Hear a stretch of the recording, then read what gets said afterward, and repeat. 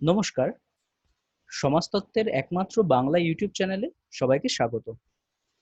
আজকে আমরা আলোচনা করব ইগনু এমএসও 3 ইউনিট 2। যেমনটা বলেছিলাম যে আমরা গত 5 থেকে 6 বছরের প্রশ্ন দেখে সেখান থেকে যে প্রশ্নগুলি বারেবার এসেছে, অর্থাৎ ইম্পর্টেন্ট ব্লক, ইম্পর্টেন্ট ইউনিট এবং ইম্পর্টেন্ট কোশ্চেনগুলো নিয়েই আলোচনা করব।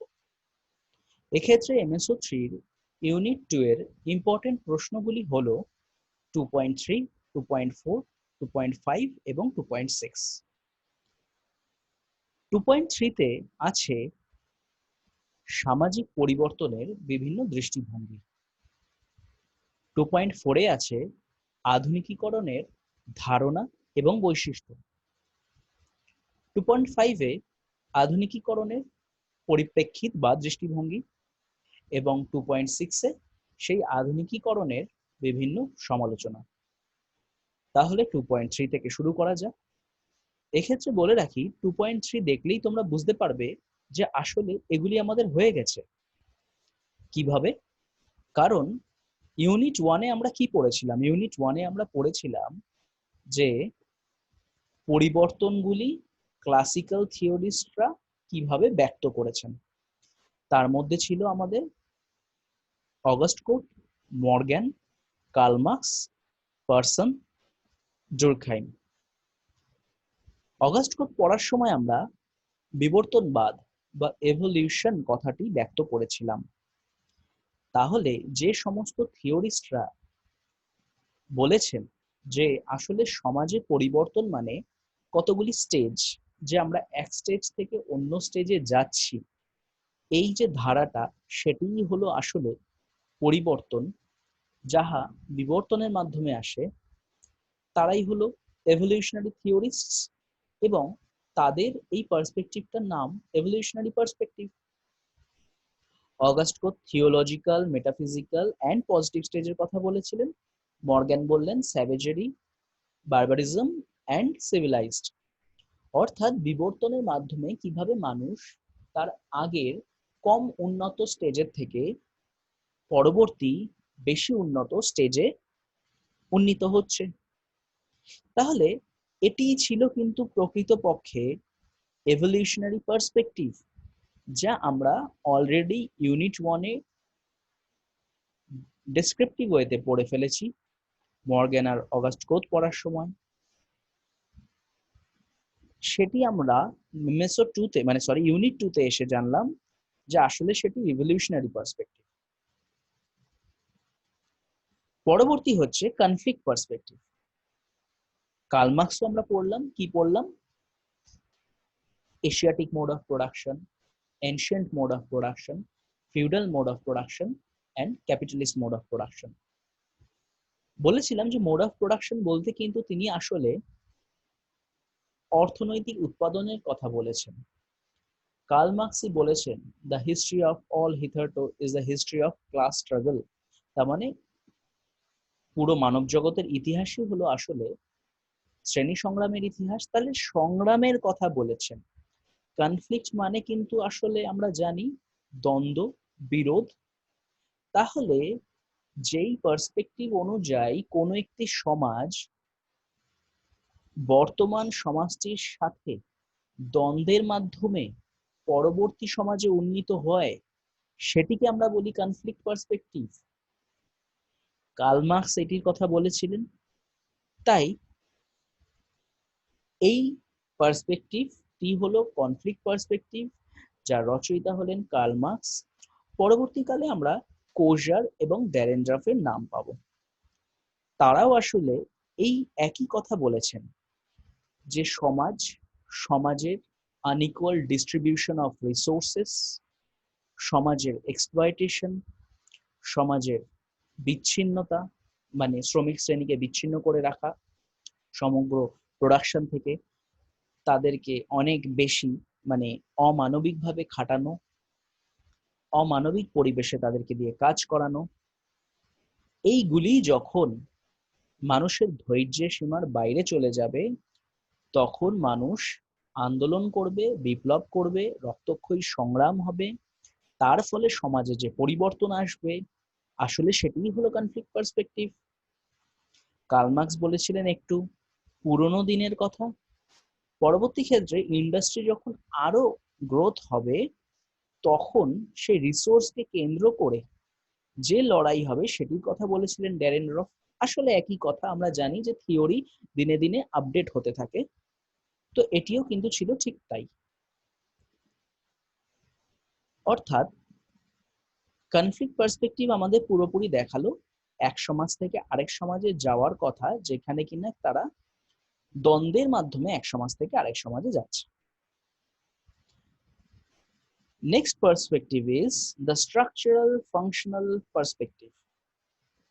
বাংলায় বলতে গেলে কাঠামো ক্রিয়াগত দৃষ্টিভঙ্গি। কি আছে এখানে? দেখো এখানে নামটা আমাদের চেনা, ডুরখাইম, ট্যালকট পার্সন। মনে করে দেখো আগেরটায় আমরা কিন্তু একসাথেই পড়েছিলাম যে এক জায়গায় ছিল অগাস্ট কোত, মর্গ্যান, কার্ল মার্কস, আরেক জায়গায় ছিল নতুনদের মধ্যে ডুরখাইম, পার্সনস। তো এটাও আমরা অলরেডি পড়ে ফেলেছি। স্ট্রাকচারাল ফাংশনালিস্ট পার্সপেক্টিভরা বলে কিভাবে না কোনো স্টেজ হিসাবে না কোনো দ্বন্দ্বের হিসাবে সমাজ এক সমাজ থেকে আরেক সমাজে উন্নীত হবে, সেই স্ট্রাকচারটাকে সেম রেখে শুধু তার ফাংশনের মধ্যে চেঞ্জ চলে আসবে। সেই সিস্টেমের মানুষ, সেই মানুষের চিন্তা ভাবনায়, কার্যকারিতায়, প্রক্রিয়ায় চেঞ্জের মাধ্যমে আমরা আধুনিক সমাজে উন্নীত হব, সমাজ পরিবর্তন হবে। এটি হলো আসলে স্ট্রাকচারাল ফাংশনাল পার্সপেক্টিভ। তারপরে হলো সোশিও সাইকোলজিক্যাল পার্সপেক্টিভ। এইখানে আমরা কাউর নাম এমএসও ইউনিট 1-এ পড়িনি। এইখানে আমরা নাম পাচ্ছি ম্যাক্স ওয়েবার, হ্যাগেন, ম্যাকক্লেল্যান্ডের, যেখানে আমরা দেখব তারা কিভাবে these theories posit that activities of people constitute the essence of change in society and modifications in the behavior can facilitate change and play an essential role in social development. অর্থাৎ মানুষের কার্যপ্রক্রিয়ার দ্বারা, মানুষের অ্যাক্টিভিটিজের দ্বারা সমাজে পরিবর্তন আসে এবং তাদের বিহেভিয়ারাল চেঞ্জের দ্বারাই সমাজে পরিবর্তন আসে। অর্থাৎ পরিবর্তনটা পুরোপুরি মানুষের বিহেভিয়ার, অ্যাক্টিভিটি, মডিফিকেশন, অ্যাক্ট এইগুলোর উপর ডিপেন্ড করে। Max Weber thought that modernity was replacing traditional views with a rational way of thinking. Max weber দেখেছিলেন যে আসলে মানুষের মধ্যে অনেক বেশি যৌক্তিকতা আসছে, মানুষের মধ্যে আমলাতন্ত্রের ধারণা, কর্তৃত্বের ধারণা, ক্যারিজম্যাটিক, তিনি অ্যাকশন, অথরিটি, পাওয়ার, বিউরোক্রেসি এগুলো নিয়ে আলোচনা করেছিলেন। এগুলো তার খুবই গুরুত্বপূর্ণ থিওরি। তিনি দেখেছিলেন যে মানুষের চেঞ্জটা মডার্ন সোসাইটিতে আসছে, তিনি যুক্তির ওপর ভীষণ জোর দিয়েছিলেন, তিনি রেশনালিটির ওপর ভীষণ জোর দিয়েছিলেন। তিনি বলেছিলেন যে মানুষ আরো আরো আরো রেশনাল হবে, যে একদম রেশনাল চিন্তা ভাবনা, রেশনাল কথাবার্তা, রেশনাল লজিক্যাল ওয়েতেই মানুষ চলবে। তার মানে what is change? Change is very much related with individuals social psychological action, যা ম্যাক্স ওয়েবার বলেছিলেন। According to Everett E. Hagen, traditional societies are characterized by fixed status levels and the personalities of the members are authoritarian, uncreative and non-innovational. মানে আবিষ্কার তারা করতে পারতো না, বরং তারা আরো বেশি কর্তৃত্ববাদী ছিল। উল্টো দিকে মানে এটা ছিল হচ্ছে পুরোনো সমাজরা, ট্র্যাডিশনাল সোসাইটি। উল্টো দিকে এখনের যে সমাজটা, সেই সমাজটা অনেক বেশি ইনোভেশন দ্বারা ডমিনেন্ট, যে আবিষ্কারের ওপরেই আমরা বেঁচে, আবিষ্কার দ্বারাই আমরা চলছি, আবিষ্কার পে আবিষ্কার। characterized by attributes such as creativity, curiosity, openness to experience. দেখো, what is creativity, what is curiosity, what is openness to experience? Those all things are related to human psychology. Individual creative হয়, ইন্ডিভিজুয়ালির মধ্যেই curiosity থাকে, individually অভিজ্ঞতা লাভ করতে ভালোবাসে। So again they are proving that change and development is nothing but the individual social psychological act which is one and only derived by human beings or individuals. David McClelland focused in his study on what he called need for achievement, symbolized by inachievement. According to him, the greater the development of the in factor, the greater the economic development in any society. Consequently, there are certain behavior characteristics exhibited by people with this N factor, such as individualism, energetic, innovative activity, drive for success, and so on. In simple words, individual economic achievement produces economic growth. আবার David McClelland বললেন যে মানুষের অর্থনৈতিক দিক থেকে পরিবর্তনের যে খিদে, যে ইচ্ছে, তার যে স্ব-ব্যক্তিগত মানে নিজস্ব ব্যক্তিগত যে চাহিদা, তার মধ্যে যে একটি নতুন কিছু ইনোভেট করার খিদে, সেটি কিন্তু আসলে তার সাকসেসের চাবিকাঠি এবং তার সাথে সমাজের পরিবর্তনের চাবিকাঠি। তাহলে এক্ষেত্রে আমরা দেখতে পারলাম যে ওয়েবার, হ্যাগেন, ম্যাকক্লেল্যান্ড সবাই মিলে একই কথা বললেন, যে ওয়েবার বললেন রেশনালিটি কথা, হেগেন বললেন মানুষের কিউরিওসিটির কথা, ম্যাকক্লেল্যান্ড বললেন ইনোভেশন, এনার্জির কথা।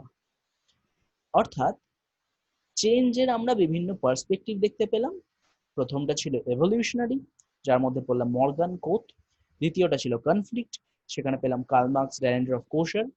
তৃতীয়টি ছিল স্ট্রাকচারাল ফাংশনাল, যেখানে আমরা পড়লাম জুরখেইম এবং ট্যালকট পার্সন্স।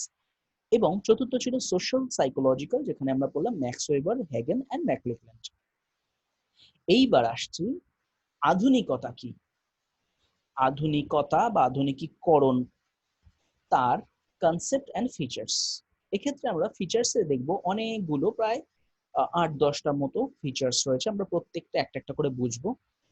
বলছে modernization is a conceptual framework that articulated a common set of assumptions about the nature of developed society and their ability to transform a world perceived as both materially and culturally deficient.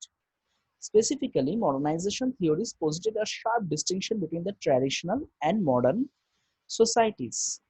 They took for granted that economic development from traditional to modern proceeded along a single straight unambiguous line. Modernization advocates expected that contact with vital modern societies would accelerate progress in stagnant traditional societies. পুরো এই কথাটিকে modernisation কি আমরা বলতে পারি, আধুনিকীকরণ বলতে আসলে যেটা বোঝায় সেটি হলো একমাত্র আমরা পুরনো অর্থাৎ গরিব সমাজ থেকে কিভাবে আধুনিক বা পাশ্চাত্য সমাজের দিকে অগ্রবর্তী হচ্ছি, কিভাবে আমরা আমাদের চিন্তা ভাবনা গুলোকে যত অর্থোডক্সি আছে, কনজারভেটিভনেস আছে, সেগুলিকে ঝেড়ে ফেলে নতুন সমাজে উন্নীত হতে পারছি, কিভাবে আমরা নতুন নতুন চিন্তা ভাবনার মাধ্যমে পুরনো চিন্তা ভাবনাগুলিকে জলাঞ্জলি দিচ্ছি এবং তার সাথে অর্থনৈতিক উন্নয়নগুলোকে আমরা নিজেদের হাতিয়ার বানাচ্ছি। According to scholars, the process of modernization sums up the changes that combine to convert an agricultural or underdeveloped society with a weak state into an industrial society with a relatively efficient, active government. বললাম যে পুরনো সমস্ত স্ট্রাকচারকে আমরা ভেঙে নতুন স্ট্রাকচারের দিকে এগোচ্ছি। তাহলে তার মধ্যে কিভাবে একটি কৃষি সমাজ বা আন্ডার ডেভেলপড কোন একটা সোসাইটিকে আমরা বদলে দিয়ে শিল্প সমাজে তাকে উন্নীত করছি, সেটি হলো আসলে মডার্নাইজেশন। কিভাবে সেই মডার্নাইজেশনের কারণে ইন্ডাস্ট্রিয়ালাইজেশন আসছে, আরবানাইজেশন আসছে, দ্যাট ইজ মডার্নাইজেশন।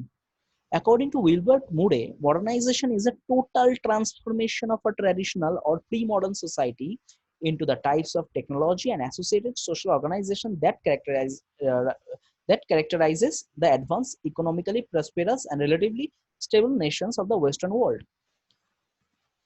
সমগ্র পরিবর্তন যা পশ্চিমী দুনিয়ার সাথে পৃথিবীকে সংযুক্ত করছে অর্থনৈতিক দিক থেকে, প্রযুক্তিগত দিক থেকে, সেটি হলো আসলে আধুনিকীকরণ, according to Wilbert Murray. Similarly, Daniel Lerner defined modernization as the process of social change in which development is the economic component. যে আধুনিকীকরণ মানে হলো এমন একটি পরিবর্তন, the process of social change in which development is the economic component. অর্থনীতি কিভাবে সমাজ পরিবর্তনে সাহায্য করছে সেটি হলো আসলে আধুনিকীকরণের মূল সংজ্ঞা, অ্যাকর্ডিং টু ড্যানিয়েল লার্নার। এখানে আমরা পড়ব ফিচার্স। এখানে আমরা দেখতে পারবো অনেকগুলো ফিচার রয়েছে, প্রায় 9টা মতো। এই 9টা ফিচারকে আমরা একটা একটা করে বোঝার চেষ্টা করব। প্রথম, আধুনিকীকরণ গঠনগত যে পার্থক্য আছে এবং বিশেষীকরণ, এই দুটি জিনিসকে খুব বেশিভাবে ব্যক্ত করে। অর্থাৎ এক সমাজ থেকে আরেক সমাজের যে গঠনগত পরিবর্তনগুলো, গঠনগত যে পার্থক্যগুলো, আমরা জানি যে প্রত্যেকটা সমাজেরই গঠনগত কিছু পার্থক্য থাকে, বিশেষীকরণের কিছু পার্থক্য থাকে। তাহলে মডার্নাইজেশন সবসময় গঠনগত পার্থক্যগুলোকে এবং স্পেশালাইজেশন গুলোকে হাইলাইট করবে। স্পেশালাইজেশন কি? স্পেশালাইজেশন মানে হচ্ছে যে আমি যদি ইতিহাস পড়ে অঙ্ক করাতাম, আমার কাছে কেউ অঙ্ক করতো না, কারণ আমরা সবসময় কার কাছে অঙ্ক করতে ভালোবাসি? যে অঙ্কের টিচার, যে অঙ্কই করায়।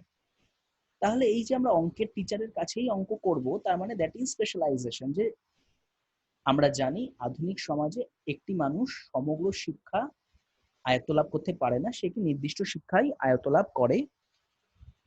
সুতরাং স্পেশালাইজেশন মানে কিভাবে আমরা একটি নির্দিষ্ট বিষয়কে শিখছি।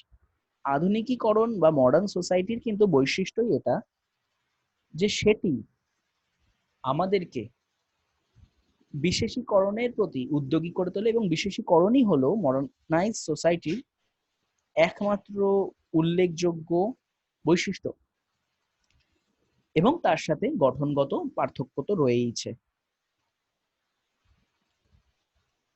It is based on a mode of production that has come to be known as the capitalist mode of production. আমরা কার্ল মার্কসের নাম শুনেছি, যিনি ক্যাপিটালিস্ট মোড অফ প্রোডাকশনের কথা বলেছিলেন। তাহলে আধুনিকীকরণ যার দ্বারা সূচিত হয় তা হলো এই পুঁজিবাদী অর্থনৈতিক উৎপাদনের দ্বারা। বলছে এটি সাধারণত এই ক্যাপিটালিস্টস আর লেবারার্স, এখানে ওয়ার্কিং ক্লাস বলছে, এই দুটো ক্লাসের মধ্যেই সীমাবদ্ধ থাকে। যে সমাজে দুটো মানুষ থাকবে, এক like Ambani, Adani, Birla, tata, those who are capitalists, and the others are laborers, that means us, যারা কিনা আমরা ওয়েজ লেবার হয়ে তাদের কাছে কাজ করব। এটা হলো মডার্নাইজেশনের আরেকটি বৈশিষ্ট্য, capitalism, capitalists, wage labourer. It is essentially a wage labor economy. It highlights the growth of a market economy in which both buyers and sellers are seen as individuals capable of engaging in a rational choice and operating within a framework of voluntarism. Wage labour economy কথাটাকে একটু ব্যক্ত করে দিই। Wedge labour মানে হচ্ছে সেই সমস্ত labour যারা প্রতিদিনের, যেমন ধরো যে সপ্তাহে মাইনে পায় তারটা হলো সাপ্তাহিক, যে মাসে মাইনে পায় তার হলো মাসিক। প্রতিদিন কাজ করছি, প্রতিদিনের টাকা প্রতিদিন পাচ্ছি, এটা হলো ওয়েজ লেবার। যে প্রাত্যহিক যে মজুরি তারা পাচ্ছে। আমরা দেখেছি বিভিন্ন কলকারখানায়, বিভিন্ন খনিতে বাইরে কাজ করার শেষে, দিনের শেষে লাইন দিয়ে সমস্ত শ্রমিকরা দাঁড়িয়ে আছে, তাকে একজন মনিব টাকা দিচ্ছে, আর বাদ বাকিরা লাইন দিয়ে সেই টাকাটা নিচ্ছে। এটি কিন্তু আসলে এই ক্যাপিটালিস্ট মডার্নাইজড ওয়েজ লেবার ইকোনমিরই একটি চিত্র। এখানে যে বায়ার আর যে সেলার তারা নিজেদের ইচ্ছায় সবচেয়ে রেশনাল জিনিসটা কিনতে চায়। রেশনাল জিনিসটা কিনতে চায় মানে আমরা জানি যে আমরা যখন কোনো জিনিস কিনতে চাই দেখি যে সেটা কতটা কোয়ালিটি ভালো আর সেটি এর থেকে কম দামে পাওয়া যাচ্ছে কিনা। তাহলে বায়ার আর সেলার নিজেদের ইচ্ছায় ভলেন্টিয়ারি ভাবে মার্কেট ইকোনমিতে কোনো একটি বস্তু কিনতে যায়। মার্কেট ইকোনমি মানে বাজার, বাজারি অর্থনীতি, এটিও কিন্তু মডার্নাইজেশনের একটি অন্যতম প্রধান বৈশিষ্ট্য। চতুর্থত, it highlights the growth of bureaucratic institutions which themselves are constructed on principles of rationality. Bureaucracy কথাটা আমরা পেয়েছিলাম ম্যাক্স ওয়েবার থেকে। বিউরোক্রেসি মানে হচ্ছে আমলাতন্ত্র। অ্যাকর্ডিং টু ম্যাক্স ওয়েবার, যে সমাজ যখন আধুনিক হবে প্রতিষ্ঠানগুলি যে নিয়ম দ্বারা পরিচালিত হবে তা হলো বিউরোক্রেসি।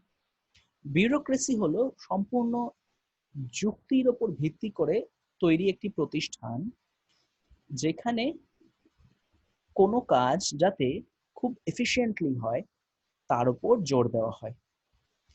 তাই আমরা এই আধুনিকীকরণের মধ্যে যেটি পাবো সেটি হলো প্রতিষ্ঠানের আমলাতন্ত্রীকরণ, যেখানে আমরা দেখব যে সম্পূর্ণ যুক্তির উপর ভিত্তি করে একটি প্রতিষ্ঠান চলছে। ফর এক্সাম্পল,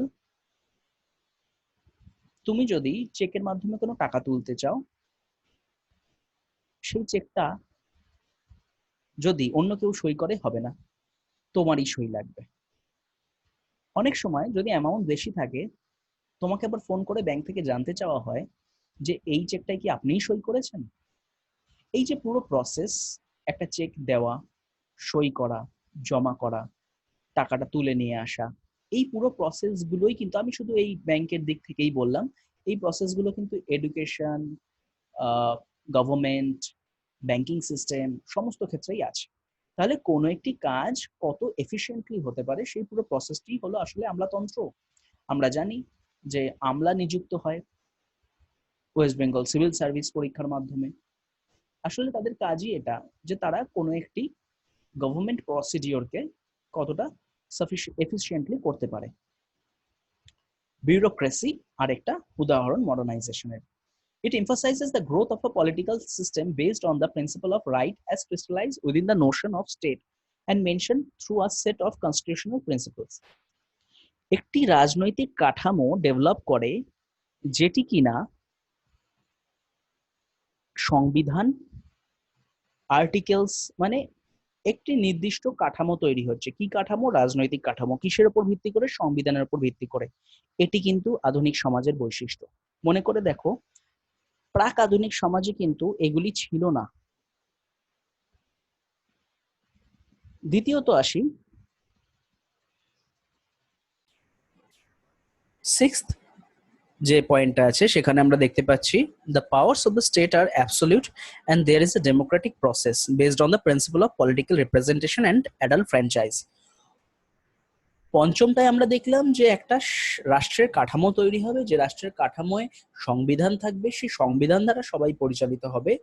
ষষ্ঠটায় আমরা দেখতে পাচ্ছি যে রাষ্ট্রর ক্ষমতা সবার উপরে, কিন্তু সেই রাষ্ট্রের ক্ষমতাটা আসলে হবে গণতান্ত্রিক ক্ষমতা এবং কতগুলো পলিটিক্যাল রিপ্রেজেন্টেশন থাকবে, মানে মানুষের পলিটিক্যাল রিপ্রেজেন্টেশন, তাদের দ্বারাই সম্পূর্ণ রাষ্ট্রটা পরিচালিত হবে। সপ্তম, the process of democratisation of society has led to the existence of various interest groups within the political process who represent various competing ideologies that highlight the different ways in which the affairs of the state are to be managed. অর্থাৎ এই পয়েন্টে যেটা বলতে চাইছে, কোনো একটি নির্দিষ্ট, মানে এই গণতন্ত্র পদ্ধতিটাকে সাফল্যমণ্ডিত করতে হলে কতগুলো পলিটিক্যাল গ্রুপ চাই।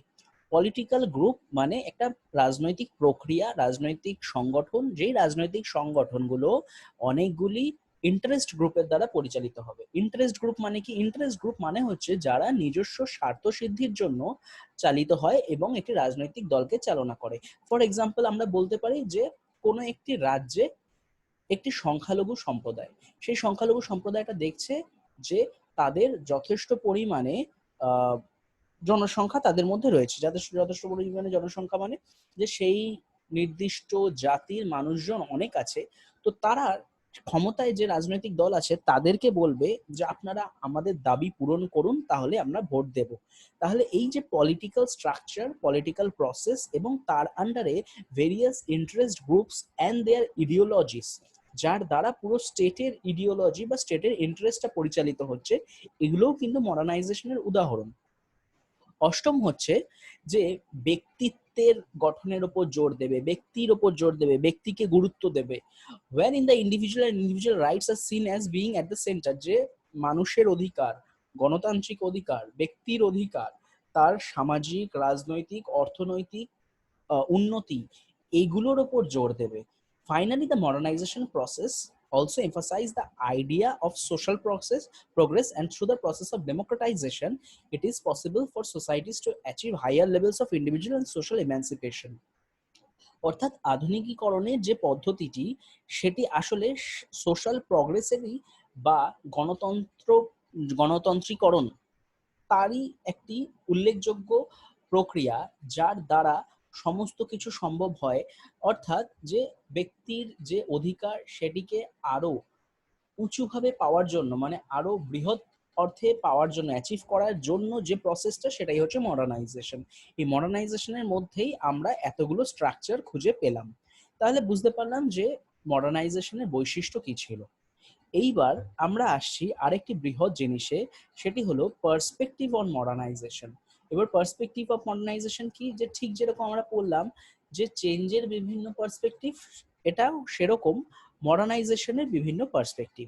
এখানে আমরা যে যে জিনিসগুলো পাবো, আইডিয়াল, টিপিক্যাল, ডিফিউশনিস্ট, সাইকোলজিক্যাল, মার্কসিস্ট, এইখানের অনেক জিনিসই হয়তো থাকবে যে যা আমরা আগে পড়েছি, আবার অনেক জিনিসই হয়তো আমাদের কাছে একদম নতুন। দেখা যাক কি আছে। বলছে the first three perspectives have dominated American thought and received immense support and patronage all over, especially in the 1950s and 60s. The fourth approach has emerged as a challenge to other three approaches. অর্থাৎ প্রথম তিনটে যেটি কিনা আমেরিকায় তৈরি হয়েছিল সেই পার্সপেক্টিভের উপর ভিত্তি করে এবং মানুষের মধ্যে খুব প্রচলিত হয়েছিল, লাস্টেরটা ওপরের তিনটের বিরোধ হিসাবে কার্ল মার্কসের যে দৃষ্টিভঙ্গি রিগার্ডিং মডার্নাইজেশন সেটা তৈরি হয়, এবং সেটি আসলে ওই ওপরের গুলোর ক্রিটিক ছিল। তাহলে আমরা বলতে পারি যে ওপরের তিনটে সমালোচনা মানেই লাস্টেরটা। প্রথমটা দেখছি, similarly the Marxist perspective has also contested the other four perspective. প্রথমে দ্য আইডিয়াল টিপিক্যাল পার্সপেক্টিভ, এটাকে দুভাগে ভাগ করছে। ফার্স্ট একটা হচ্ছে প্যাটার্ন ভেরিয়েবল, আরেকটা হচ্ছে হিস্টোরিক্যাল স্টেজ। আমরা যখনই এরকম কোনো নোটস দেখবো যেই নোটসটা অনেকগুলো ভাগে ভাগ করা যাচ্ছে, আমরা সেগুলো অ্যাটেম্প্ট করব, যাতে কিনা মনে রাখতে সুবিধা হয় এবং এক দুই লাইন লিখে আসলেই তাহলে কি আমরা একটা বড় নোটস দাঁড়িয়ে যাচ্ছে। তাহলে এখানে আমরা পেলাম প্রথমে চারটে, তারপরে পেলাম আমরা তার আন্ডারে আরো দুটো, প্যাটার্ন ভেরিয়েবল আর হিস্টোরিক স্টেজ। প্যাটার্ন ভেরিয়েবলে কি বলছে, মানে আইডিয়াল টিপিক্যালের আন্ডারে this perspective is derived from Max Weber's concept of ideal type. Max ওয়েবারের নাম আমরা আগেও পড়েছি, যেখানে কিনা আমরা পড়লাম ওই হিউম্যান সাইকোলজিক্যাল, সোশ্যাল সাইকোলজিক্যাল যে পার্সপেক্টিভ পড়লাম আমরা মডার্নাইজেশনের, সেখানে কিন্তু আমরা ম্যাক্স ওয়েবারের নাম পেয়েছিলাম, সেখানে আমরা যুক্তির কথা পড়েছিলাম। এইবার আমরা আরেকটা যে তার পাচ্ছি থিওরি, সেটা হচ্ছে সেটার নাম হচ্ছে আইডিয়াল টাইপ বা আদর্শ নমুনা। এটা কি জিনিস, এটি হলো যে আমি যদি খুব সংক্ষেপে এবং ন্যারো ওয়েতে বলি, যে আমরা সবকিছুর আদর্শ রূপ খুঁজি, যে what are the characteristics of a ideal teacher, what are the characteristics, what should be the characteristics of a ideal student। আমরা সবসময় এই আইডিয়াল টাইপকে ফলো করি। আমরা জানি যে আমরা কোনো সময় আইডিয়াল টাইপ হতে পারি না, আমরা শুধু সেরকমটা, মানে কতটা পারফেক্ট হওয়া যায়, কতটা আইডিয়াল হওয়া যায়, সেই চেষ্টাই আমরা করতে থাকি। ঠিক আছে, this perspective is derived from max weber. প্রথমে ম্যাক্স ওয়েবারের থেকে এসেছিল এই আইডিয়াল টাইপ কনসেপ্টটা, পরবর্তী ক্ষেত্রে ট্যালকট পার্সন সেটিকে আরো বেশি সুন্দরভাবে ব্যক্ত করেন।